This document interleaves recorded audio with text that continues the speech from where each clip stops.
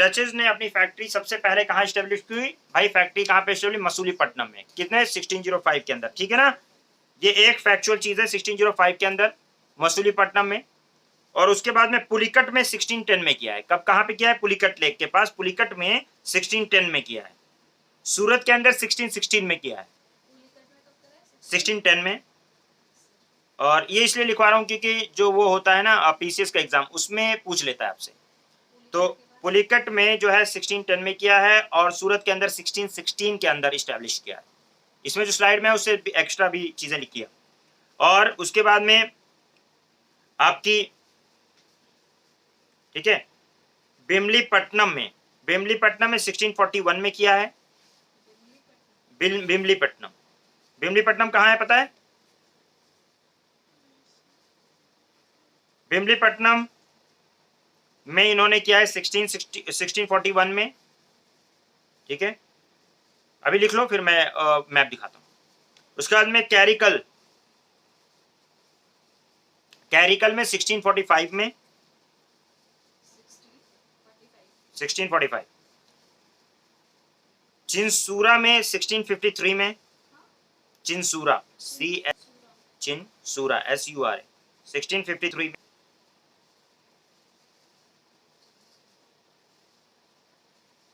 उसके अलावा कई सारी फैक्ट्रीज कासिम बाजार में, उसके अलावा आपका बरनौर में, पटना में, उसके बाद बालासोर में, नागापट्टनम में, इनमें सब में 1658 में कई जगहों पे किया है। 1658 में कई जगहों पे किया है और फाइनली 1663 के अंदर कोचीन में किया है।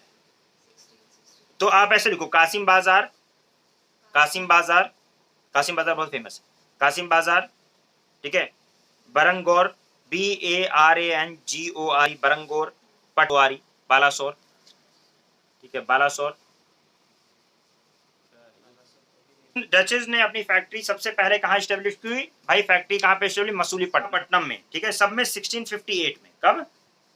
1658 में इन्होंने मतलब अपना फैक्ट्री बनाई है। और कोचीन के अंदर 1663 में। यानी डचों ने भी कुछ थोड़ा बहुत नहीं किया है, अच्छा खासा फैक्ट्री स्टेब्लिश किया पूरे इंडिया में। कोचीन में 1663 में। ठीक है, और इन्होंने भी अच्छा किया है। और उसके बाद में डचेस ने क्या किया कि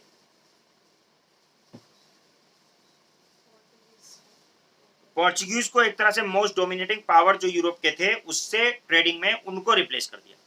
ठीक है, replace the Portuguese as a most dominating power of European trade in the east. और काफी अच्छे से इन्होंने वो किया। लेकिन डचेस ने इनको तो रिप्लेस कर लिया, ईस्ट में सारे ट्रेड में रिप्लेस कर दिया। यहाँ तक कि इंडोनेशिया वगैरह में भी मतलब इनका बहुत बड़ा वर्चस्व हो गया। यानी ईस्ट में आप सबसे बड़ा ट्रेडर जो कोई दिख रहा था वो दिख रहा था डचेस। कौन दिख रहे थे?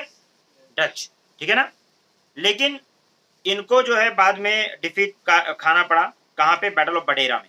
बैटल स्वाले किसके अंडर में था? किसके साथ हुआ था? पोर्चुगीज के साथ। बैटल ऑफ बडेरा किसके साथ हुआ है? 1759। ठीक है, ब्रिटिशर्स के साथ डचेस का। हाँ 16। लेकिन एक चीज और याद रखिएगा कि 1690 तक तो इन्होंने ना 1690 तक इन लोगों ने पुलिकट को अपना मेन सेंटर बना के रखा है 1690 तक। 1690 के बाद जो है इन्होंने नेगापट्टम को अपना मेन सेंटर बनाया 1690 के बाद। ठीक है, और उसके बाद में फिर ब्रिटिशर्स ने जब आए हैं उन्होंने 1759 में यानी 1600 में इनका अच्छा वर्चस्व रहा है। यानी 16 से लेकर 1759 तक, जब तक बैटल ऑफ बडेरा नहीं हो गया है, ठीक है ना, तब तक डचेस ने काफी कुछ इस यहाँ पे अच्छा वो किया है। ठीक है,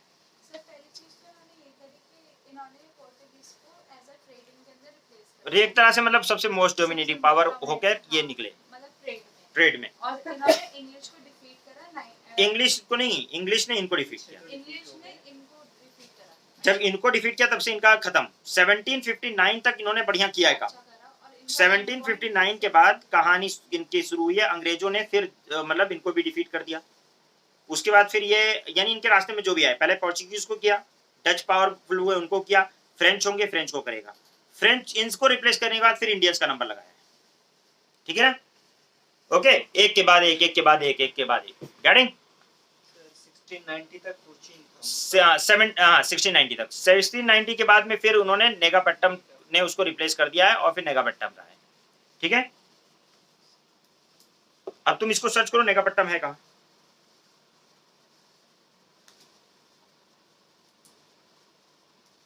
मसूलीपट्टनम तो सबको पता है, उसको मछलीपट्टम भी कहा जाता है। नेगापट्टम, ठीक है, नेगापट्टम कहां पे है, लिख लो उसको, लिख लो तमिलनाडु, मेन लोकेशन लिख लो।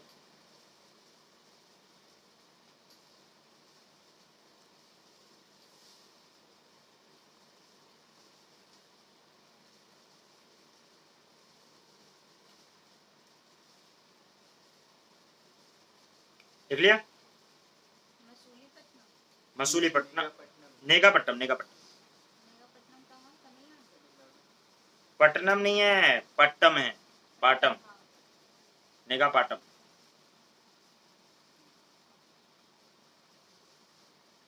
मसूलीपट्टनम है, नेगापट्टम, ठीक है, ओके। बैटल ऑफ बडेरा, कौन सा बैटल, मुझे मुझे मैं आपको बता दे रहा हूं, हर एक बैटल का नाम याद रखिएगा, ठीक है, और ईयर याद रखिएगा। 1612 कौन सा battle, battle of Swally, Portuguese and किसके बीच में हुआ, पोर्चुगीज एंड इंग्लिश। विक्टोरियस कौन रहा, इंग्लिश, ठीक है, विक्ट्री किसको मिली, इंग्लिश। डचेस के साथ बैटल ऑफ बडेरा 1759, कौन जीता, ठीक है। अब इसके बाद अंग्रेजों को नहीं पढ़ना है हमें अभी, अंग्रेजों को छोड़ दो, आ जाओ फ्रेंच, हेडिंग डालो फ्रेंच, अंग्रेजों को हम बाद में पढ़ेंगे।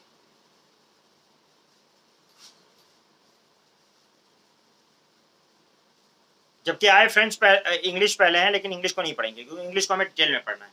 पहले पढ़ो फ्रेंच, छोटे छोटे छुट्टे पुट्टे, इनको खत्म करो पढ़ के, फिर उसके बाद अंग्रेजों की तो मैराथन चलेगी, ठीक है ना।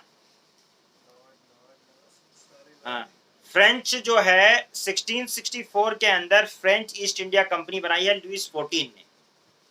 लुइस 14 का फाइनेंस मिनिस्टर था कॉलबर्ट। अच्छा, कॉलबर्ट का नाम आपने बहुत सुना होगा, कहाँ, जब आप पढ़ोगे क्या नाम है फ्रेंच रिवॉल्यूशन, तो उससे पहले आप कॉलबर्ट का नाम बहुत जरूर सुनोगे, फाइनेंस मिनिस्टर कॉलबर्ट बहुत सुनोगे। अगर नहीं सुना हो तो अंडरलाइन कर लेना, जान लो कि कॉलबर्ट का नाम बहुत ज्यादा आएगा।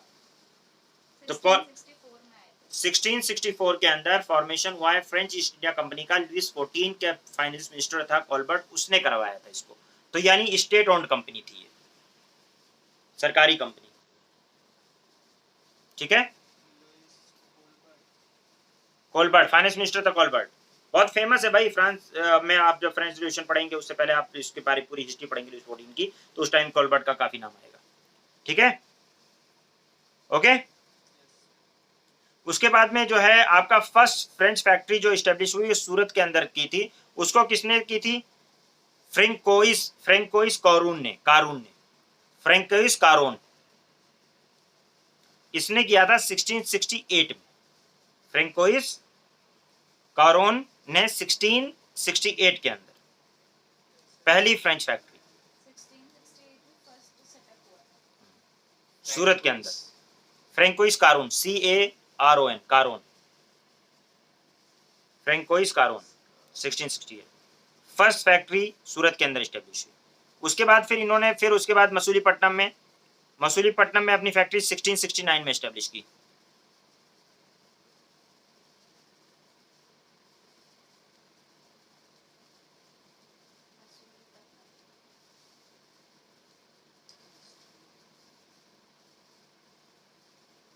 ठीक है, फ्रेंकोइस, COIS, FRAN, COIS, कोइस, फ्रेंकोइस कारून, CARON, कारून 1668 के अंदर, ठीक है, सूरत में इसने फैक्ट्री स्टैब्लिश की। उसके बाद में फिर दूसरी फैक्ट्री स्टैब्लिश हुई 1669 के अंदर मसूलीपट्टनम में, ठीक है। और फ्रेंच पावर जो है वो इंडिया के अंदर 1763 तक सिर्फ वर्चस्व में रहा है 1763 तक, उसके बाद खत्म हो गया। तो उसको बीच में क्या हुआ वो देखते हैं। तो फ्रेंच जो पावर है वो इंडिया में कुछ गवर्नर, 2 गवर्नर का नाम आता है जिन्होंने थोड़ा सा बढ़ाया था, ठीक है। एक का नाम आता है लिनोर का, LENOIR, लिनोर, लिनोयर, और दूसरा नाम आता है ड्यूमस, DUMAS। इन दोनों ने, किसने किसने, लिनोयर एंड ड्यूमस, ठीक है। इन दोनों ने बंदों ने थोड़ा सा मतलब अच्छा काम किया था, ठीक है ना। किसने किसने, लिनोयर और ड्यूमस ने, ये दोनों गवर्नर्स थे और इन्होंने 1720 में और 1742 के अंदर जो है गवर्नर थे, और इन्होंने बेटर काम किया, यानी 1720 से 42 तक लगभग 20-22 साल इन्होंने काफी अच्छा काम किया है। और इस बीच में इन्होंने मालाबार, मालाबार, माहे, माहे तो जानते हो, माहे कहाँ पे, माहे, माहे तमिलनाडु में, कल बताया था अभी। माहे कहाँ है, केरला में, देखो मैप निकाल के। कैरिकल और पुंडुचेरी मैंने 2 चीजें बताई थी, उसको बोला था तमिलनाडु में कैरिकल और पुंडुचेरी, और मैंने बताया था यनम जो है वो आंध्रा में, ठीक है ना, तो भूला ना करो। तो माहे, मालाबार, यनम, कोरामंडल, कैरिकल, ठीक है, तमिलनाडु के अंदर 1739 में ये इन लोगों ने जीत लिया। यानी माहे, मालाबार, यनम, कोरामंडल, ठीक है, एंड कैरिकल तमिलनाडु में 1739 में, ये सब जीतने वाला 1739 में, इसी बीच में इन दोनों ने कैप्चर कर लिया है। किन्होंने, फ्रेंच ने, ठीक है ना। यानी 1739 और 1742 तक इन्होंने काफी अच्छा वो किया है। लेकिन 42 के बाद जो है जब ड्यूप्लिक्स आया है, कौन आया है, ड्यूप्लिक्स, कौन आया है, ड्यूप्लेक्स, जो कि जब बहुत ही इनफेमस या फेमस कह लो, ठीक है, हाँ मतलब किसी के लिए फेमस, किसी के लिए इनफेमस ठीक है, वो आया है ड्यूप्लेक्स, वो 1742 में आया है। और जैसे ही वो आया है उसने फिर वॉर छेड़ दिया है, किसके साथ, अंग्रेजों के साथ, ठीक है। वहीं से एंग्लो फ्रेंच वॉर शुरू हुआ है, कॉन्फ्लिक्ट, जिसको कर्नाटिक वॉर के नाम से जानते हैं। किस नाम से जानते हैं, कर्नाटिक वॉर। 3 कर्नाटिक वॉर हुए हैं, जिसको एंग्लो फ्रेंच वॉर या कर्नाटिक वॉर के नाम से जाना जाता है, और फाइनली डिफीट हो गए हैं ये लोग, ठीक है।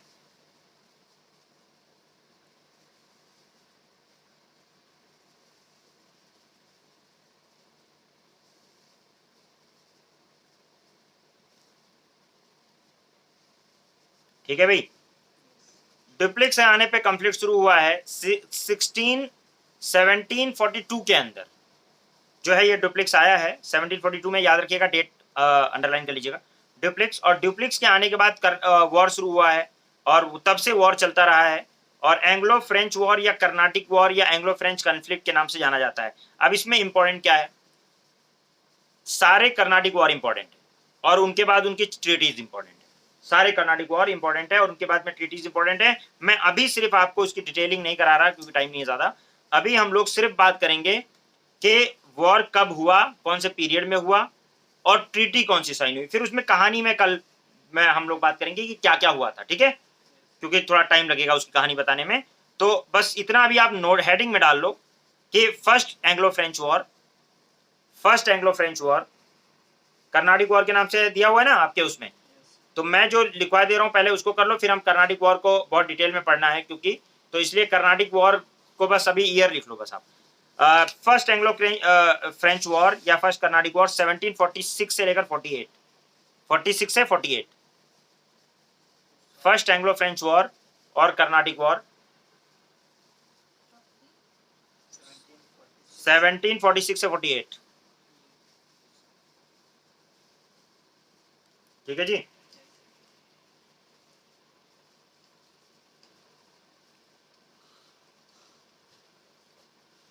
अब यहाँ पे एंग्लो फ्रेंच वॉर जो हुआ है, ठीक है, इसमें बहुत सारी चीजें हैं क्योंकि ये जो बात है ना, ये अंग्रेज यहाँ से सिर्फ लड़ाई नहीं हो रही है, यूरोप और अमेरिका तक में लड़ाई हो रही थी, ठीक है ना। अच्छा, कुछ किताबों में आपको 44 से 48 तक भी लिखा रहेगा, ठीक है ना।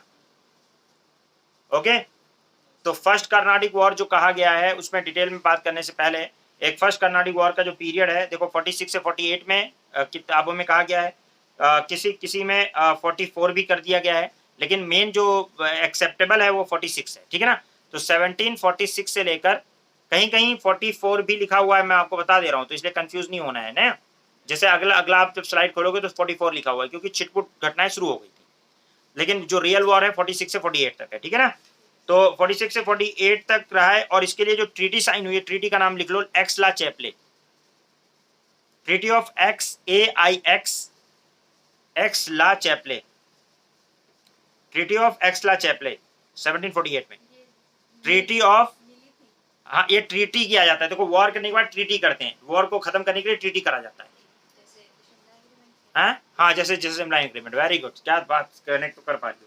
तो treaty of Aix la Chapelle, Aix की स्पेलिंग लिख लो, AIXXLA la, Aix la Chapelle CHAPELLE 1748 के अंदर। इसमें क्या हुआ, इसकी पूरी कहानी है एक्सला चैपले की, तो मैं आपको इसको डिटेल में बताऊंगा, बस आप अभी याद रख लो कि 1748 के अंदर फर्स्ट कर्नाटिक वॉर खत्म हुआ है, तो एक्सला चैपले की ट्रीटी हुई है। कौन सी ट्रीटी हुई है? चैपले, ठीक है, 1748। उसके बाद सेकेंड एंग्लो फ्रेंच वॉर लिखो, सेकेंड एंग्लो फ्रेंच वॉर 1749 से 54, ठीक है, 1749 से 54। इसकी ट्रीटी जो थी, उस ट्रीटी का नाम था treaty of Pondicherry, treaty of Pondicherry इसका नाम था, ट्रीटी ऑफ पौंडीचेरी, ठीक है। यहाँ पे सेकंड वो उसमें उसको डिप्लेक्स को वापस बुला लिया गया था, गेदू आ गया था उसकी जगह पे, गोदेहू। इसका 54 ट्रीटी ऑफ पौंडीचेरी। वॉर तो चलेगा, ट्रीटी तो एक दिन में होगी, एक दो दिन, 49 से 54। और पौंडीचेरी, उसकी ट्रीटी जो है वो है treaty of Pondicherry, treaty of Pondicherry PONDICHERRY, Pondicherry लिख लिया, पौंडीचेरी, ओके। नहीं यार समझ में आ रहा है, ओके। उसके बाद में फिर आपका है third Anglo French war. Third Anglo French war में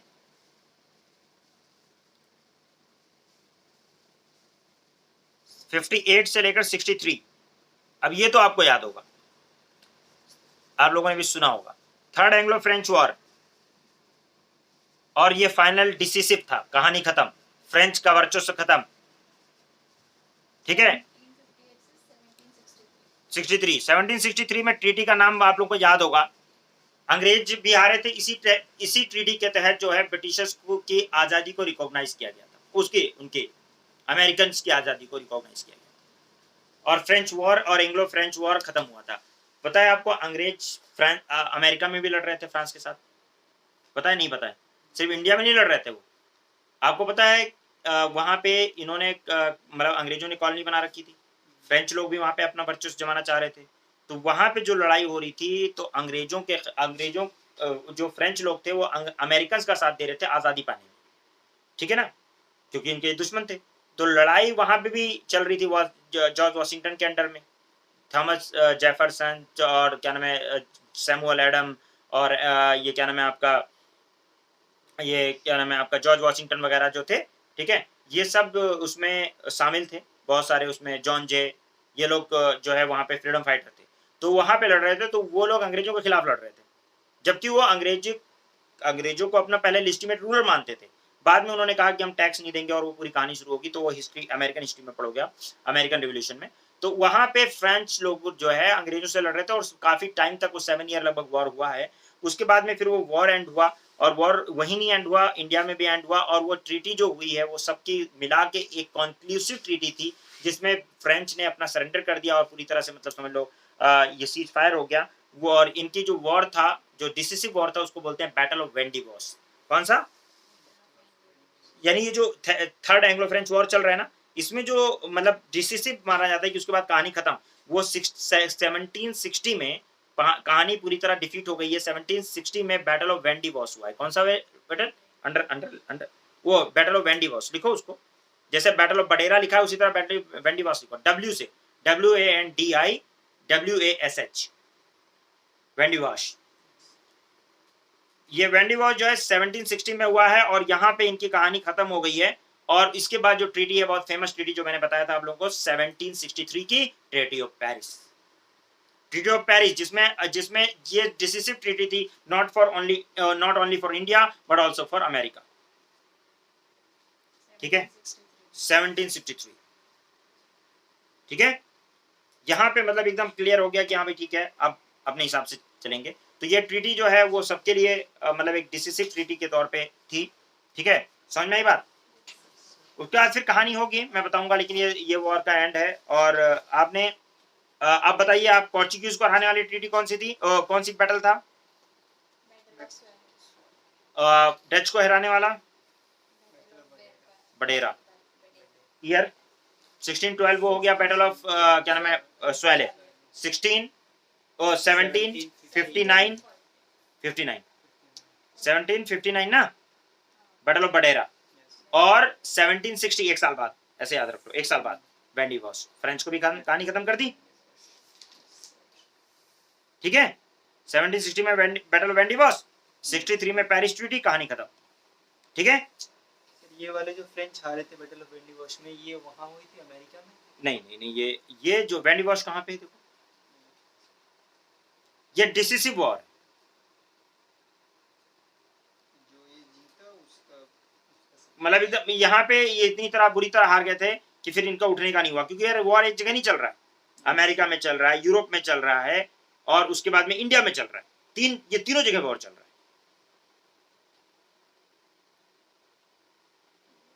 देख लिया।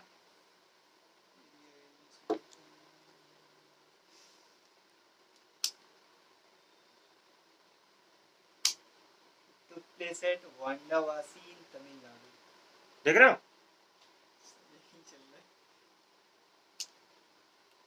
नहीं क्योंकि यहाँ ये हिस्ट्री यहाँ की चल रही है ना।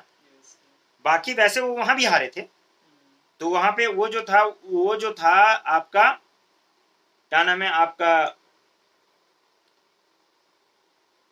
अमेरिका वगैरह में भी। लेकिन अब बहुत जगहों पे हारोगे, फाइनली ट्रीटी का अंग्रेजों से करनी है तो चाहे यूरोप में कर लो। तो ट्रीटी ऑफ पेरिस हुआ ना, इसीलिए तो ट्रीटी ऑफ तमिलनाडु नहीं हुआ। ठीक है, तो एक पौंडीचेरी में कर लिया सेकंड वाले का खत्म करके, लेकिन थर्ड में तो बहुत ज्यादा हो रहा था ना, क्योंकि उधर भी हो रहा था, इधर भी हो रहा था, यूरोप में भी हो रहा है, हर जगह लड़ाई हो रही है। तो जाके तो यहाँ पे 1760 में वेंडिवॉस के बाद फिर इनकी कहानी खराब हो गई है। फ्रेंच काफी बुरी तरह डिफेट हुए हैं, और फिर बाद में नेपोलियन के टाइम पर फिर ये अपना गर्दन वर्दन उठाएंगे, यानी उसका 90 के बाद फिर अभी ये थोड़ा सा पिक्चर में आएंगे। तब तक ये 30-20 साल तक तो ये साइड में है एकदम। ठीक है ना, वो रिवोल्यूशन चल रहा है वहाँ, फ्रेंच रिवोल्यूशन की वो कहानी सारी। तो ये तो 1760 बैटल ऑफ वेंडिवॉस तो होगा। और आप लोग अब मुझे बताइए, फर्स्ट कर्नाटिक वॉर कब से कब तक? कुछ किताबों में 44 भी लिखा हुआ है। ठीक है, तो कंफ्यूज। नेक्स्ट सेकंड और ट्रीटी कौन सी हुई? एक्सला चैप्ले। दूसरी सेकंड कर्नाटिक वॉर ट्रीटी क्या है? पौंडीचेरी। ठीक है, थर्ड कर्नाटिक वॉर 1758 से 63, बैटल ऑफ वेंडिवॉस 1760, और इसका ट्रीटी क्या है?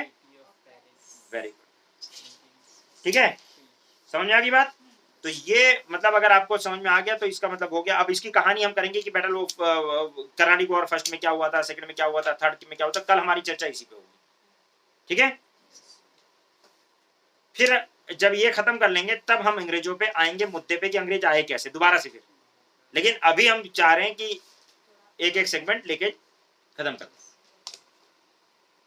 ठीक, चले। कुछ समझ में आने लगा हिस्ट्री? थोड़ी थोड़ी अभी समझ में आने लगी, अभी कहानी और आएगी तो और मजा आएगा।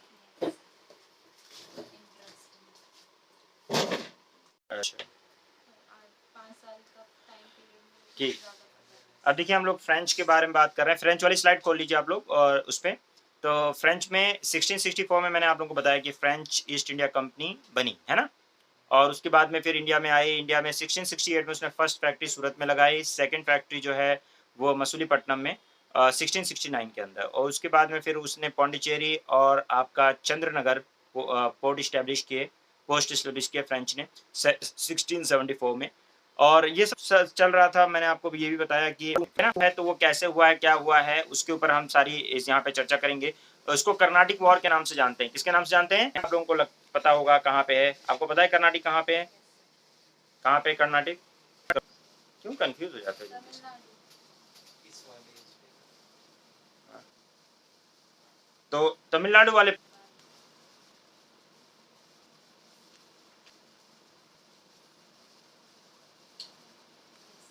ठीक है। कर्नाटिक वॉर है, फर्स्ट कर्नाटिक वॉर 1744 से लेकर 48 तक हुआ है, ठीक है ना, फर्स्ट कर्नाटिक वॉर।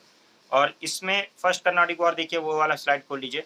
ये एक्चुअल में ऑस्ट्रेलियन वॉर ऑफ सेशन था, उसकी वजह से स्टार्ट हुआ। तो ऑस्ट्रिया, आप सबको पता है कि ऑस्ट्रिया जो है वो यूरोप में एक कंट्री है, ठीक है। और आप लोगों को अभी वर्ल्ड हिस्ट्री में आप लोग पढ़ेंगे कि ऑस्ट्रिया, हंगरी और जो है आपका स्पेन और फ्रांस और इंग्लैंड, ये सब जो है आपस में ना कुछ इनका चलता रहता था। कभी फ्रांस कब्जा करने की कोशिश कर रहा है, अपना वर्चस्व जमाने की कोशिश कर रहा है, कभी ऑस्ट्रिया कर रहा है, कभी जो है स्पेन कर रहा है, कभी कभी ब्रिटिशर्स कर रहे हैं। तो ये उनका चलता रहता था, रेवलरी चलती रहती थी, अपने पपेट्स को बिठाना चाहते थे वो लोग। तो वॉर ऑफ सक्सेशन में जैसे वॉर ऑफ सक्सेशन एक कंट्री में शुरू हुआ, तो वहां पे कहीं कि एक साइड में फ्रांस हो गया, वो सपोर्ट कर रहा है, एक साइड में ब्रिटिशर्स हो गए, वो सपोर्ट कर रहे हैं कि मतलब मेरा बंदा बैठ जाएगा तो मेरा वो रहेगा, ठीक है, मैं लैंड हो जाएगा। तो इस तरह की सी भी चीजें चलती थी। तो वहां से शुरू होता है ये कि ये ऑस्ट्रियन वॉर ऑफ सक्सेशन से। और यहाँ पे 1746 के अंदर जो है देखो, capturing of the Madras bye the French. French जो है वो क्या कर लेते हैं, मद्रास को कैप्चर कर लेते हैं, ठीक है ना। इंपोर्टेंट इंग्लिश पोर्ट होता है, वो ट्रेडिंग स्टेशन होता है। और जिसको नवाब ऑफ कर्नाटिक रूल करता था। कौन रूल करता था? नवाब ऑफ कर्नाटिक। तो फ्रेंच ने बिसीज कर लिया क्या, मद्रास को, ठीक है। At Saint Thomas battle of Nawab of Carnatic army was defeated by the French under Dupleix. तो यहाँ पे इन्होंने हरा दिया। अच्छा, अब यहाँ पे अंग्रेज जो थे वो एक्चुअल में उसके तरफ अलाइन थे, किसकी? नवाब ऑफ कर्नाटक की तरफ। तो 1748 में जब बिसीज कर लिया, मतलब besiege of the Pondicherry by the Britishers, ब्रिटिशर्स ने भी क्या किया, पौंडीचेरी में घुस गए। उन्होंने बोला बेटा ठीक है, तुमने इधर से, कर्नाटक हमारा इंपॉर्टेंट पोर्ट है, बट इंग्लिश इंग्लिश का इंपॉर्टेंट पोर्ट था वो, ठीक है, ब्रिटिशर्स वहां से पोर्ट करते थे, तो ये कर्नाटक में घुसे। फ्रेंच एक तरफ से कर्नाटक में जा रहे हैं, दूसरी तरफ से जो है कौन, ब्रिटिशर्स, वो पौंडीचेरी इनका इंपॉर्टेंट पोर्ट था, वहां पहुंच गए, ठीक है ना। लेकिन ड्यूप्लेक्स उस समय बहुत स्ट्रांग था, उसने बड़ा स्ट्रांग डिफेंस किया और रिट्रीट कर दिया ब्रिटिशर्स को। वो वहां पहुंचे, डैमेज तो किया, लेकिन उसे रोक नहीं पाए, ठीक है ना। तो इस तरह से कहानी हुई। तो फिर उसके बाद में फिर तो वो कुछ दिन वॉर चलता रहा, लेकिन 48 के अंदर ट्रीटी इन्होंने साइन कर ली, एक्सला चैपले। कौन सी ट्रीटी? एक्सला चैपले, जिसने ऑस्ट्रियन वॉर ऑफ सक्सेशन खत्म हो गया। और इसी के साथ साथ जब ऑस्ट्रियन वॉर ऑफ सक्सेशन खत्म हुआ उधर, तो इधर से जो है ये भी एक्सला चैपले में ये भी खत्म हो गई, इनकी भी जो लड़ाई थी वो खत्म हो गई। इसमें हुआ क्या ट्रीटी के अंदर, मद्रास जो है वो ब्रिटिशर्स को वापस दे दिया गया। जो मद्रास बिसीज किया था उन्होंने, वो वापस कर दिया। उसके बदले में क्यूबेक, क्यूबेक कहाँ पे? कनाडा में। कहाँ पे है? कनाडा में। वो फ्रांस को मिल गया। एक बार आप क्यूबेक देखें, कनाडा में, कनाडा का मैप खोल के क्यूबेक देखिए आप लोग, है ना। इनकी लड़ाई सिर्फ यहाँ नहीं चलती थी, ये एक पार्ट यहाँ का वहां दे रहे होते थे, वहां से वहां ट्रांसफर कर रहे होते थे, ये सब इनकी कहानियां चलती थी, ठीक है ना। तो क्यूबेक जो था वो कनाडा का पार्ट है, ठीक है ना। और उसको किसको दे दिया? फ्रांस को दे दिया अंग्रेजों ने। अंग्रेजों ने, वो ना अंग्रेजों का था, ठीक है ना, उन्होंने उनको दे दिया। तो इस तरह से इनकी एक्सचेंज हो जाती थी। तो इस तरह से एक्सला चैपले में दोनों में, यानी किसी का भी ज्यादा वो नहीं हुआ, फाइनली रिस्टोर हो गई चीजें। और उसमें क्यूबेक को फ्रांस को दे दिया, क्या नाम है उसने, इंग्लैंड ने। और अपन बोला भाई मुझे मद्रास दे दो, तो मद्रास जो है इन्होंने वापस दे दिया, ठीक है ना। इसके बाद आता है कि second war, Anglo French war. उसके बाद में कुछ वक्त गुजरा, 1749, वो बर्दाश्त नहीं हुआ। 1749 यानी एक साल ही गुजरा, और 54 तक ये चला। डिप्लेक्स को बर्दाश्त नहीं हुआ। डिप्लेक्स ने मुजफ्फर जंग, जो कि हैदराबाद का नवाब था, कौन था? हैदराबाद का नवाब था मुजफ्फर जंग से जो है यहाँ पे सेकेंड वॉर देखें आप, सेकेंड 49 से 54 तक। यहाँ पे क्या हो रहा है कि इसमें ब्रिटिश और फ्रेंच की फाइट शुरू होती है कॉमर्शियल सुप्रीमेसी के लिए। और ड्यूप्लेक्स लाइन होता है मुजफ्फर जंग के साथ। मुजफ्फर जंग कौन है? हैदराबाद का नवाब है, ठीक है ना। और उसके साथ होता है, और उसके अलावा चांद साहिब कहाँ, ये चंदा साहिब कहाँ के हैं? कर्नाटक का, कर्नाटक के, ठीक है। कर्नाटक जो है, ये आरकोट क्या है? अच्छा जरा ये मुझे ये बताओ, आरकोट क्या है? आरकोट क्या है? कर्नाटक की कैपिटल क्या थी? है? आरकोट देखिए क्या है, तो ये कर्नाटक में जो है आरकोट में क्या था, चांद साहिब, तो इनके साथ ये मिल गए, किसके साथ, डुप्लेक्स किसके साथ, ठीक है। और मतलब अलाइंड हुआ मुजफ्फरजंग के साथ, एंड चांद साहिब जो है, ये चंदा साहिब जो है कर्नाटक आरकोट का, उसके साथ मिला। और उसके साथ फिर लड़ाई शुरू हुई, किसके, अंग्रेजों के साथ, ठीक है ना। आफ्टर इनिशियली तो मतलब जब ऐसे दो तीन लोग आ जाएंगे तो इनिशियली तो समझने में ही दिक्कत होगी क्या हो और क्या रहा है। तो रॉबर्ट क्लाइव था लेकिन उस समय, और वो बहुत एबल कमांडर था, आपको पता है। रॉबर्ट क्लाइव ने बहुत काम किया है, अंग्रेजों का मतलब वर्चस्व बहुत आगे तक लेकर गया है। तो रॉबर्ट क्लाइव जो है वो बहुत ही एबल था, उसने शुरू में तो रिट्रीट हुआ लेकिन बाद में वो विक्टोरियस हुआ, ठीक है ना, जीत गया। ओके, रॉबर्ट क्लाइव कौन है, अंग्रेजों की तरफ से। ओके, आपको पता है ना अंग्रेजों का वो कमांडर बहुत अच्छा कमांडर रहा है, तो रॉबर्ट क्लाइव। तो वो एक विक्टोरियस हो गया। फिर ट्रीटी ऑफ पौंडीचेरी साइन हुई, किसकी, कौन सी ट्रीटी, जब ये हार गए तब अंग्रेज फ्रेंच को बड़ा बुरा लगा, इन्होंने वापस बुला लिया इसको, किसको, डिप्लेक्स को, कि भाई तू वापस आ जा। और एक नया गवर्नर भेजा, गोदेहू, किसको भेजा, गोदेहू, न्यू फ्रेंच गवर्नर डिप्लेक्स की जगह पे, और उससे बोला जाके ट्रीटी साइन कर लो। तो उसने जो है 1754 में जो है ट्रीटी साइन करी, ट्रीटी ऑफ पौंडीचेरी। कौन सी ट्रीटी, पौंडीचेरी। और पौंडीचेरी की ट्रीटी साइन करने के बाद ये हुआ, इसमें क्या हुआ, फ्रेंच को रिट्रीट हो गए, कहां से, आरकोट से, आरकोट से रिट्रीट हुए। और फ्रेंच इसमें इंटरफेयर करने लगे वॉर ऑफ सक्सेशन में, जो कि अब इसमें हैदराबाद का निजाम आसफ जंग था, उसकी मौत के बाद जो है शुरू हुआ था, वहीं से इन्होंने मतलब उसी में इंटरफेयर किया। और मुजफ्फर जंग जो है उसके साइड में हो गए वॉर ऑफ सक्सेशन में। एक मतलब जैसे आसफ जंग जो थे वो थे नवाब, नवाब ऑफ हैदराबाद। तो जब उनकी डेथ हो गई ना, तो वहां पे वॉर ऑफ सक्सेशन शुरू हो गया कि कौन बनेगा निजाम ऑफ हैदराबाद, कौन बनेगा। तो अंग्रेजों ने जो है ना मतलब इसके साथ हो गए, वो फ्रेंच जो है वो उसके साथ हो गए, मुजफ्फर जंग जो वॉर ऑफ सक्सेशन में पार्टिसिपेट कर रहा था उसके साथ हो गए, और कहा कि हम तुम्हें गद्दी पे बिठाएंगे। तो उस तरह से फ्रेंच उसके साइड में हो गए। और ठीक है ना, समझ रहे हो ना। और ये वाले जो हैं क्या नाम है, जो फ्रेंच है एक तरफ हो गए, इंग्लिश दूसरी तरफ हो गए। अब वहां पे लड़ाई शुरू हुई। अब लेकिन शुरू में तो क्या नाम है, इसने दिखाया अपना मतलब थोड़ा बहुत लड़ाई झगड़ा डिप्लिक्स ने, लेकिन रॉबर्ट क्लाइव ने अपनी अच्छी सोची समझ के और इनको रिट्रीट कर दिया, यानी वापस कर दिया। और फिर इनको जो है जब वो जीत गया तब इनको वापस होना पड़ा वारकोट से, जहां घुसे थे ये फ्रेंच को। और दूसरा क्या हुआ कि इसका भी बहुत प्रेस्टीज को नुकसान हुआ था डिप्लिक्स के हारने पे। तो डिप्लिक्स को वापस बुला लिया फ्रेंच ने, और एक उसकी जगह पे गोदेहू को भेजा, वो जो है नया गवर्नर बना के गोदेहू को। और उसके बाद में फिर क्या होता है कि यहाँ पे एंड हो जाता है आपका कौन सा, वॉर ऑफ सक्सेशन, ठीक है ना। ओके, हाँ? नहीं, गोदेहू को यहाँ भेजा ना, फ्रांस। गोदेहू तो वहां से आया है ना, फ्रांस से आया है, और डिप्लिक्स को वापस कर दिया कि अब तुम गवर्नर नहीं हो, अब तुम वापस जाओ, ठीक है। उसे मतलब बुरा लगा ना, तो फ्रांस को बुरा लगेगा ही, हार गए तो। और अंग्रेजों से हारने पे उनको बड़ा, जैसे इंडिया पाकिस्तान लड़ते हैं ना, वैसे वो भी लड़ते हैं आपस में, अंग्रेज फ्रेंच भी लड़ते थे। ये पौंडीचेरी में, ठीक है ना, ट्रीटी ऑफ पौंडीचेरी साइन हुई, ठीक है। और उसके बाद में फिर जो है पौंडीचेरी मतलब इसे मेन ट्रीटी ऑफ पौंडीचेरी, इसको याद रखो, ठीक है। अंग्रेजों ने साइन किया 1755 में, अंग्रेजों के साथ इनका साइन हो गया, कहानी खत्म, ठीक है। अब नहीं नहीं, तो हार गए तो क्या, जो जो चीजें हैं रिस्टोर करो, अपना एयरपोर्ट से वापस गए वो फ्रेंच, वापस गए, ठीक है। फ्रांस अपनी अपनी जगह पे उसको वैसे ही वापस कर दिया, ठीक है, कि हमने अब भाई डुप्लिक्स को बुला लिया है वापस, अब आप लोग अपने अपने जगह पे रिस्टोर कर लो जहाँ जहाँ थे फालतू में जो लड़ाई के बाद हुआ है, ठीक है ना। आरकोट छिन गया, आरकोट नहीं, आरकोट में रिट्रीट मिल गए ना। उसके बाद में यानी सीज फायर कर देते हैं ना कि अब लड़ाई नहीं करेंगे, ये ट्रीटी का मतलब ये होता है। तो पौंडीचेरी में हो गया, इसमें क्या नाम है, इनको वापस करा गया, बोला कि डुप्लेक्स रहेगा तो लड़ाई रहती रहेगी, तो उसको वापस करो। गोदेव को भेजा, ट्रीटी साइन किया, ठीक है अच्छा, आगे लड़ाई नहीं करेंगे और अपनी अपनी जगह पे रहो, ठीक है ना। यहाँ तक तो बात समझ में आ गई। इसके बाद में क्या होता है, फिर भी बर्दाश्त कितने दिन करोगे। 55 में ये हुआ है, 3 साल भी नहीं रुके, 58 में फिर शुरू हो गया Anglo French war, third Carnatic war, ठीक है ना। अब ये क्या क्यों हुआ, अब 1756 से, ठीक है, 1756 से 1763 तक 7 ईयर वॉर चला है यूरोप के अंदर। यूरोप मतलब ये अमेरिका, यूरोप और क्या नाम है वहां सब जगह चल रहा था। कहाँ कहाँ चल रहा था, अमेरिका में भी चल रहा था, यूरोप में भी चल रहा था, और इंडिया में भी चल रहा था। किसके किसके बीच में 7 ईयर वॉर चल रहा था, फ्रेंच और ब्रिटिशर्स के बीच में, ठीक है ना, फ्रेंच और ब्रिटिशर्स के बीच में। ऑटोमेटिक लेफ्ट हो गया, तो इसमें इन नहीं कर पा रहे हो क्या, रिकॉर्डिंग तो चल रही है, पता नहीं अब आगे होगा तो होगा, नहीं तो चल। तो देखो, ठीक है, तो क्या हो रहा है कि थर्ड कर्नाटिक वॉर 1758 से 63 तक रहा, ठीक है।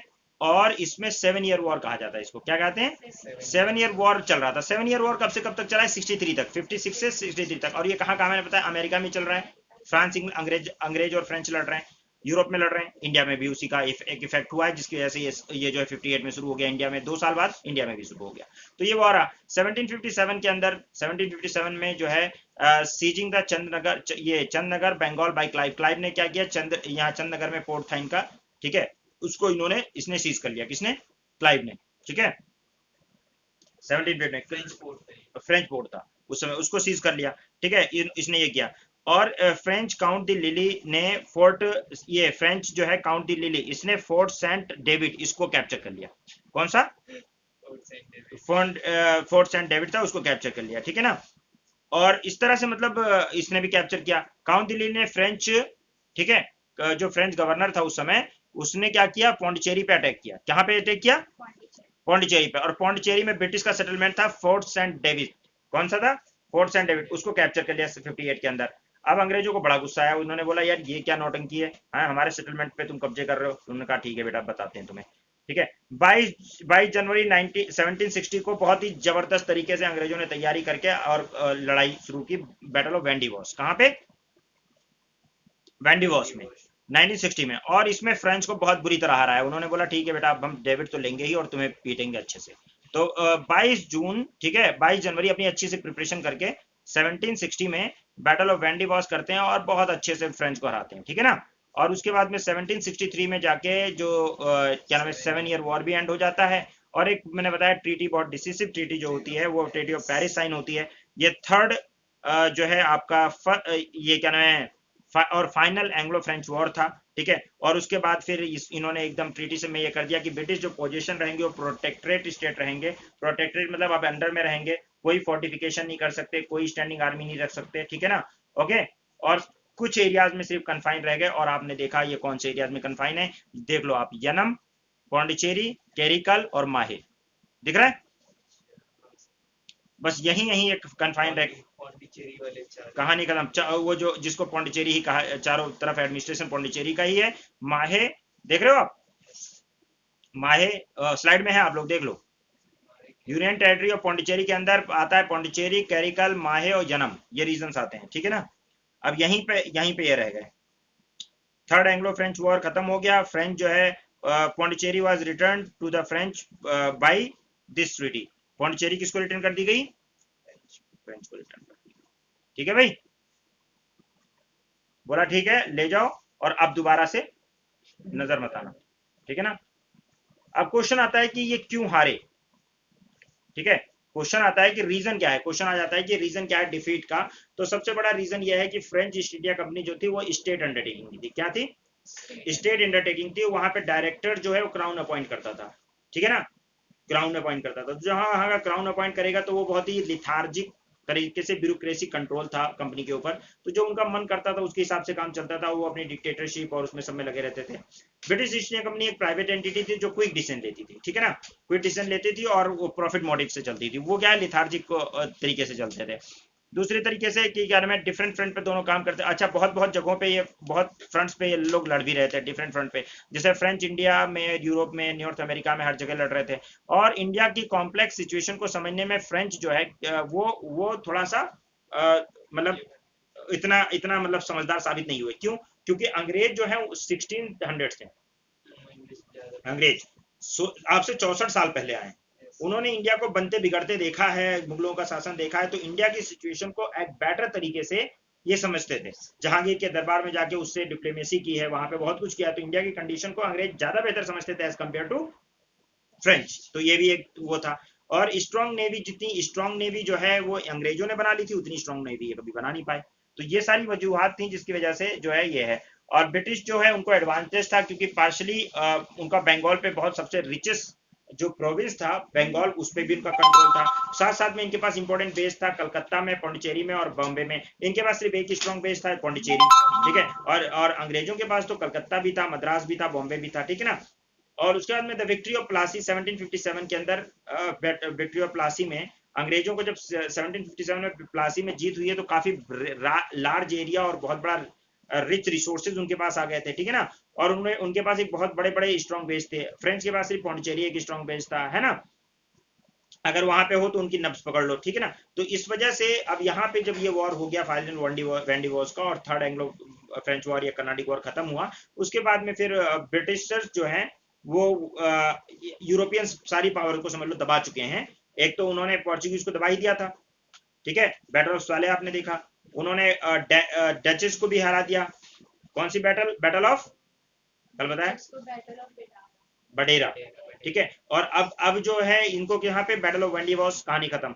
तो फ्रेंच भी खत्म हो गए। डेनिस का सेटलमेंट उन्होंने खरीद ही लिया, 16, ठीक है ना, खरीद लिया। अब मतलब खरीद ही लेंगे बाद में। तो डेनिस का कोई वैसे भी लड़ाई उनसे ज्यादा कुछ खास थी नहीं, खरीद लिया बाद में, फोर्स कर दिया, सेटलमेंट खरीद लिया, खरीद लेंगे। तो कुल मिलाकर अब उनके पास कौन बचा है लड़ने के लिए? Princely, Indian princely state. कौन बचे हैं? इंडियन प्रिंसली स्टेट बचे हैं लड़ने के लिए। अच्छा, तो यहाँ पे एक तो ये हो गया। अच्छा, अब एक टॉपिक जो है हमारा जो रह रहा है कि अंग्रेजों का आना, ठीक है। अभी तक हमने फ्रेंच का आना सब कुछ सबको देख लिया। हमने ये नहीं देखा कि अंग्रेज कैसे आए, तो अब अंग्रेजों का भी देख लेते हैं थोड़ा सा कि अंग्रेज जो इंडिया में आए हैं वो कैसे आए हैं। वो टॉपिक भी इंपॉर्टेंट है। फिर हमारा ये टॉपिक कंप्लीट हो जाएगा अंग्रेजों वाला, ठीक है ना। तो ब्रिटिशर्स इंडिया में कैसे आए, उन्होंने क्या कैसे आके यहाँ पे कैसे स्टार्ट किया, कैसे क्या चीजें की, उसको देखते हैं, ठीक है। डचेस के बाद इंग्लिश।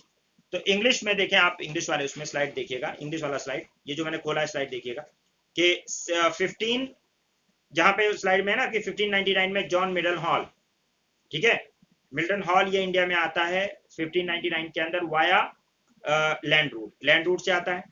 1600 सेंचुरी के अंदर क्वीन एलिजाबेथ जो है वो चार्टर देती हैं कि ईस्ट इंडिया कंपनी बना लो।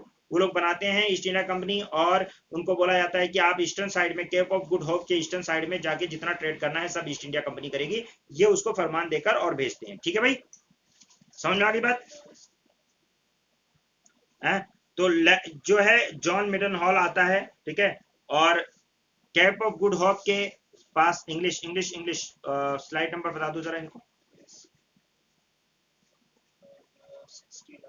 देख 69 नहीं है पहले, नीचे नहीं है, मैं वापस गया हूँ ना, ये देखो ये,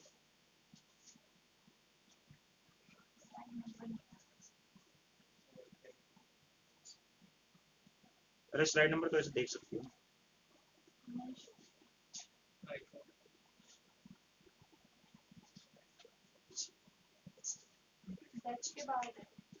शुरू में, ये शुरू में, मतलब थोड़ा सा नीचे होगा, ज्यादा नीचे। और आगे जाओ, और थोड़ा आगे, और थोड़ा आगे, ये यहाँ पे आ गया ना ब्रिटिशर, है इंग्लिश जहाँ लिखा है, लिखा है ना, लिखा। तो यहाँ पे देखें आप कि जॉन मिडल हॉल जो है वो इंडिया में आता है वाया लैंड रूट, ठीक है। 1600 सेंचुरी में क्वीन एलिजाबेथ चार्टर पास करती हैं कि भाई जाओ, ऐसा ऐसा है कि आप क्या नाम है, ईस्ट इंडिया कंपनी जाके केप ऑफ गुड होप यानी अफ्रीका के इधर जितना भी ट्रेड होगा ईस्टर्न साइड में वो सब ईस्ट इंडिया कंपनी कर सकती है, उसको मोनोपोली दे देती है, ठीक है भाई। अब ये जॉन मिडन हॉल जो है लैंड रूट से आता है। ये क्या नाम है, एक मर्चेंट होता है, एडवेंचरर होता है। फर्स्ट इंग्लिशमैन जो अराइव हुआ इंडिया में 1959 के अंदर लैंड रूट से हुआ। उसके बाद में उसका ट्रेड पर्पस था, मेनली इंडियन मर्चेंट था, लेकिन 1600 सेंचुरी में कंपनी आती है। और इसका नाम याद रखिएगा, कंपनी का नाम आप लोगों को क्या पता है, क्या नाम था कंपनी का? जो अंग्रेजों की कंपनी थी उसका क्या नाम था? नो, असल नाम उसका ईस्ट इंडिया कंपनी नहीं था, उसका नाम था governor and company of merchants of London trading into east Indies, ये नाम था, ठीक है। इसको पॉपुलरली ईस्ट इंडिया कंपनी कहते थे, लेकिन इसका जो नाम था, जिस नाम से रजिस्टर्ड थी, वो थी governor and company of merchants of London trading into the East Indies. नाम लिख लो उसका, हैंडी रखा करो अपने पास, governor and company of merchants, governor and company of merchants of London trading trading into the East Indies, popularly इसको जो है कहा जाता था, पॉपुलरली इसको कहते थे east India company. Governor and the Company of Merchant London trading into the East Indies, into trading into the East Indies, ये कंपनी का नाम था। ठीक है, the governor and company of merchants of London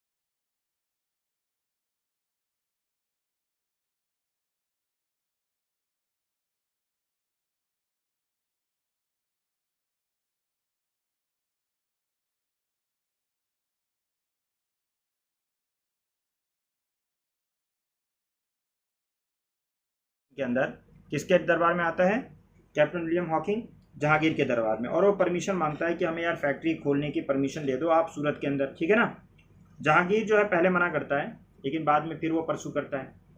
तो बाद में जो है इसको फरमान दे दिया जाता है कि मतलब फरमान जो है इशू कर देता है, जहांगीर परमिट कर देता है कि आप फैक्ट्री खोल सकते हैं। ठीक है ना, और फैक्ट्री खोलने का जब परमिशन मिल जाता है, फाइनली ये जो फैक्ट्री बिल्ड करके बनते हैं 1613 में। कब 1613 में ये फर्स्ट फैक्ट्री जो है ये बनाते हैं, जबकि इनको फरमान मिल जाता है बाद में, लेकिन जो है 1613 में जाके ये सूरत में अपनी फैक्ट्री स्टेब्लिश करते हैं। ठीक है, और 1615 के अंदर, ठीक है, इसमें थॉमस रो जो है मुगल उसमें वो करता है, और सर थॉमस रो जो है वो इंडिया में एम्बेसडर बन के आता है जेम्स वन का। किसका? जेम्स वन का, वो राजा है वहाँ पे, जहांगीर के दरबार में आता है, इंग्लैंड के राजा का एम्बेसडर बन के। 1615 में जो है उसको परमिशन ले लेता है वो ट्रेड करने का, फैक्ट्रीज जो है इस्टेब्लिश करने का, और उसके अलावा डिफरेंट पार्ट ऑफ एम्पायर में। ठीक है, और इसके जो इंग्लिश ईस्ट इंडिया कंपनी होती है, ठीक है, ये बॉम्बे इसको मिल जाता है, आपको पता ही है, पहले लीज पे, फिर बाद में उसको जो है दहेज में, है ना, पूरा ले लेता है कि नहीं। 1690 में आपको पता है कि ये 1690 में एक बंदा होता है जॉब कार्नोक। क्या नाम होता है? जॉब कार्नोक। वो बंदा जो है ना, सूतीनाता में 3 विलेजेस को, सूतीनाता, कालीकाता और गोविंदपुरा, ये 3 विलेजेस को मिलाकर वहाँ पे ब्रिटिश वो बनाता है, फैक्ट्रीज बनाता है, और फाइनली जो है उसको तीनों विलेज डेवलप होकर क्या बन जाती है? कलकत्ता। क्या बन जाती है? कलकत्ता। तो सूतीनाता, कालीकाता और गोविंदपुरा, ये 3 विलेज मिला के कलकत्ता बनती है। ठीक है भाई। तो थॉमस रो जो है वो आता है, वो फरमान इशू करता है, फरमान लेता है कि अलग अलग जगहों पे हम फैक्ट्री बना सकें, और ये बहुत इंपॉर्टेंट काम हो जाता है इससे, किसका? अंग्रेजों का। ठीक है, और उसके अलावा जॉब जो है आपका कार्नोक है, ये सूतीनाता में अपनी फैक्ट्री पहले स्टेब्लिश करता है। सूतीनाता, और जमींदारी उसको मिल जाती है, जमींदारी उसको 3 विलेजेस की मिल जाती है, सूतीनाता की, कालीकाता की, गोविंदपुरा की, और उसको एक्वायर करने के बाद 1698 के अंदर फिर इसको ग्रो कर देते हैं कलकत्ता में। ठीक है ना, और फर्स्ट फैक्ट्री जो है ये बनाता है, सबसे पहली जो फोर्टिफाइड फैक्ट्री बनाता है सूतीनाता के अंदर। ठीक है, ओके। और उस फैक्ट्री के बाद वहां पे जो फोर्टिफिकेशन करता है, वो फोर्ट बनाता है, उसका फोर्ट का नाम होता है फोर्ट सेंट विलियम। कौन सा फोर्ट? सबसे पहला फोर्ट जो, मतलब ये जिसको फोर्टिफाइड सेटलमेंट जो बनाता है, उसका नाम रखते हैं ये लोग फोर्ट सेंट विलियम, 1700 सेंचुरी में। ठीक है, ओके ओके। ये इंडिया में इनका पहला फोर्ट है। हाँ, मतलब इंडिया में ये पहला फोर्टिफाइड जो उन्होंने खुद बनाया, उसके अलावा सेटलमेंट खरीदे हैं इन्होंने, लेकिन बनाने में पहला फोर्ट है इनका, 1700 में बनाया फोर्ट। ये ध्यान रखिएगा कि सेंट विलियम जो फोर्ट है ये कब बना है? 1700 में बना है। ठीक है,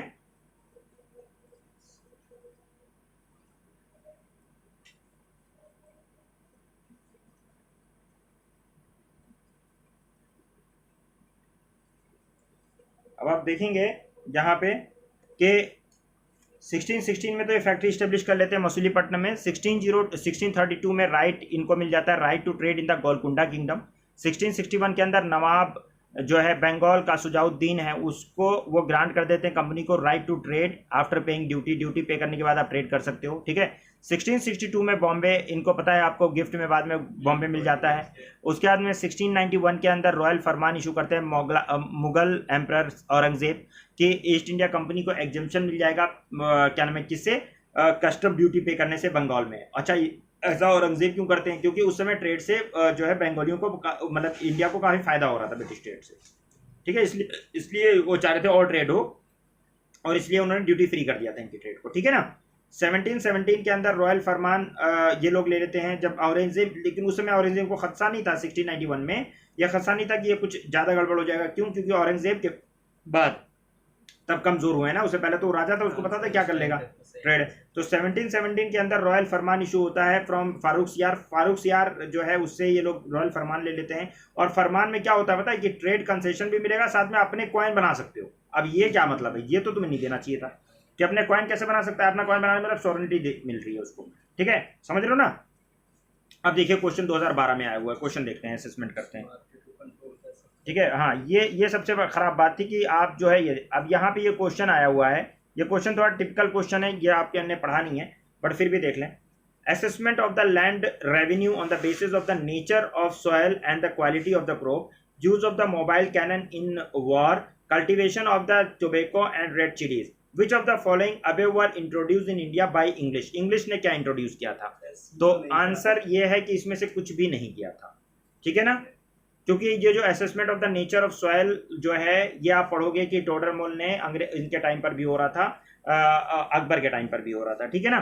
दूसरा आपने ये जो है use of mobile cannon in the warfare, ये मोबाइल कैनन पहले से यूज हो रहे थे, होने लगे थे, यानी कि मोबाइल कैनन और जो है बारूद वारूद लाने वाला जो था वो बाबर था, ठीक है ना, तो वो भी नहीं है। और उसके अलावा कि ये जो टोबैको और चिलीज का ये पोर्चुगीज के टाइम पर हुआ है, तो कुल मिलाकर ये इनमें से कोई भी अंग्रेजों ने नहीं किया है, ये कहानी है, ठीक है। नन ऑफ द अबव हो जाएगा आंसर, ओके। उसके बाद में 2008 के अंदर क्वेश्चन आया है कि during the time of which Mughal emperor did east India company establish is first factory in India. बहुत आसान है ये तो, जहांगीर के दरबार में आया तो जहांगीर आंसर हो जाएगा, ठीक है, ओके। उसके बाद में फिर आपका 2007 में क्वेश्चन आया हुआ है, 2007 में क्वेश्चन था, क्या था ये थोड़ा अच्छा क्वेश्चन है। क्या क्वेश्चन है? यह है विच of the following was the first fort constructed by the Britishers. सबसे पहला फोर्ट अंग्रेजों ने कौन सा कंस्ट्रक्ट किया है? कंस्ट्रक्ट कौन सा फोर्ट किया है? ब्रिटिशर्स ने। तो आंसर था इसका सेंट जॉर्ज फोर्ट, जिसको इस्टेब्लिश सबसे पहले कंस्ट्रक्ट किया है। कंस्ट्रक्ट करना एक अलग चीज होती है, मैंने अभी बता रहा हूं मैं, कंस्ट्रक्ट करना एक अलग चीज होती है, खरीदना अलग चीज होती है, और फोर्टिफाई करना अलग चीज होती है। अब यहाँ आप देखें, इसको मैं बता रहा हूँ, देखिए सेंट विलियम जो है वो कलकत्ता में इन्होंने कलकत्ता में पहली फैक्ट्री जो फोर्टिफाई की इन्होंने 1700 में, कौन सी है? फोर्ट विलियम, जिसको फोर्टिफाई किया कलकत्ता में, ठीक है। उसके अलावा जो कंस्ट्रक्शन हुआ है ब्रिटिश ने, वो फोर्ट सेंट जॉर्ज, जो कि 1664 में चेन्नई में इन्होंने कंस्ट्रक्शन किया था उसका, ठीक है। उसके अलावा फोर्ट सेंट डेविड, ये भी इन्होंने पहले ले लिया है, लेकिन ये कंस्ट्रक्शन नहीं किया था। ये 1690 में मराठाओं ने बेचा था ब्रिटिशर्स को, मराठाओं से खरीदा है, ठीक है। इसी क्वेश्चन के लिए मैं रुका हुआ था, क्योंकि वो वहां पे 1700 सेंचुरी में बंगाल का पहला जो है वो सेंट विलियम है, ठीक है, लेकिन बंगाल का, और जो उन्होंने फोर्टिफाई किया है, मतलब पहला सेटलमेंट जो बंगाल के अंदर फोर्टिफाई हुआ है। सेंट जॉर्ज पहला इनका सेटलमेंट है जो इन्होंने कंस्ट्रक्शन किया है 64 में, ठीक है। सेंट डेविड जो है उसको 1690 के अंदर जो है ब्रिटिशर्स ने मराठा से खरीदा है, कंस्ट्रक्शन ही किया है। उसके बाद आता है सेंट एंजलियो। सेंट एंजलियो जो है वो एक्चुअल में इनका फोर्ट था ही नहीं। किसका फोर्ट था? वो फर्स्ट पोर्चुगीज फोर्ट है जो कि कन्नूर में बना था, केरला में, ओके। तो ये पॉइंट आप लोग नोट कर लीजिएगा, देख लीजिए इसको, ये क्वेश्चन आया था, इसको अभी हम लोग और डिस्कस करेंगे, बात होगी तो ये फोटो के नाम आएंगे, ठीक है। विच ऑफ द फॉलोइंग फर्स्ट, अच्छा इसमें एक बात और ध्यान रखिएगा, जल्दबाजी कभी मत करिएगा, कंस्ट्रक्टेड, परचेज्ड, ठीक है, ये सब वर्ड्स को ध्यान रखना है कि उन्होंने कंस्ट्रक्शन की बात की हुई है। तो पहला कंस्ट्रक्शन को कौन सा फैक्ट्री का हुआ है? ठीक है, फोर्टिफिकेशन कलकत्ता में पहला, ये सब अलग अलग हुआ है, ठीक है ना। तो ये सेंट जॉर्ज जो है चेन्नई में था, ओके, ठीक है। उसके अलावा जो है आप फोर्ट विलियम है, सेंट एंजलियो जो है ये इनका पहला फोर्ट है। तो इस तरह से इसको देख लीजिएगा। यहाँ पे एक मैंने मैप भी दे दिया है, ठीक है, मैप में भी दे रखा है, आप लोग इसको देख लेंगे आराम से घर पे। उसके बाद में 2006 में क्वेश्चन आया, जरा देखिए। In 1613 which of the where was the East India Company given permission to set up factory? बहुत आसान है, सूरत में 1613 में, तो आसान सा क्वेश्चन है। फिर इसके बाद फिर ये हमने क्वेश्चन और हैं, जब कर्नाटिक वॉर के बाद कुछ क्वेश्चन हैं, उसको जरा आइए कर्नाटिक वॉर के बाद देखिए। 2010 में क्वेश्चन आया कर्नाटिक वॉर के बाद, देखिए कर्नाटिक वॉर के बाद देखें ना, 2010 में क्वेश्चन है। क्या क्वेश्चन है? With reference to the Pondicherry consider the following, the first European power to occupy Pondicherry were the Portuguese. पहली यूरोपियन पावर जिन्होंने ऑक्यूपाई किया है, ठीक है, पौंडीचेरी को, ये कौन थे? मतलब पोर्चुगीज थे, ठीक है। Second European power to occupy Pondicherry were the French, गलत है, क्यों? डच ने पहले भी करा था उसको, ठीक है। East India company never occupy French, अभी आपने पढ़ा है कि English never occupy French, Pondicherry कह रहा है, किया है, उसको किया है ना, पौंडीचेरी को बाद में वापस किया है। अभी तो हमने कर्नाटिक वॉर में पढ़ा है भाई, अंग्रेजों ने क्या नाम है किया है ना उसको, क्या नाम, पौंडीचेरी को ऑक्यूपाई किया, बाद में वापस किया है। तो ये कह रहा है कि नेवर ऑक्यूपाइड, तो थर्ड गलत होते ही गलत हो जाएंगी सारी कहानी। थर्ड गलत है ना। आपको अगर इसे आंसर नहीं भी पता है तो भी आप देखिए ऑप्शन में देखिए, आपको पता है थर्ड गलत है, क्योंकि इंग्लिश ने ऑक्यूपाई किया है, तो पहला दूसरा वैसे ही गलत हो जाएगा। तो सिर्फ क्या ऑप्शन बचता है? ओनली वन बचता है ना। तो ये इस तरह से भी क्वेश्चन किए जाते हैं। तो यहाँ पे आप देख लें, देखो पहला सही हो गया।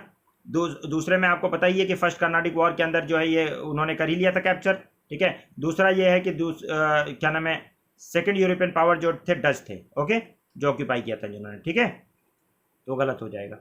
नेक्स्ट क्वेश्चन है, क्या है कि with reference to the entry of the European power in India which of the following statement is not correct, ठीक है। तो कौन सा करेक्ट नहीं है? तो कह रहा है कि पोर्चुगीज कैप्चर गोवा इन 1499, ये तो वैसे ही गलत हो जाएगा।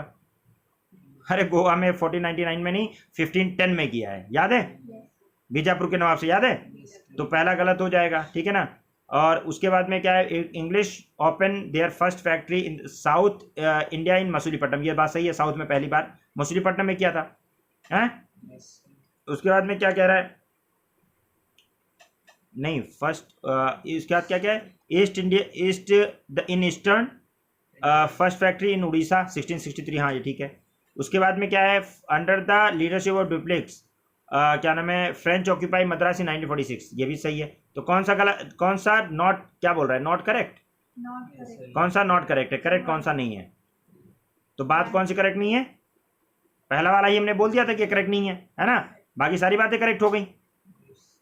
पहला ही बोला ना कि 1510 में किया है, तो पहला ही नॉट करेक्ट बोल रहा था, तो पहला ऑप्शन ही हो गया, बाकी सब पढ़ने की जरूरत भी नहीं थी, लेकिन पढ़ लिया हमने, चलो ठीक है, क्लियर है।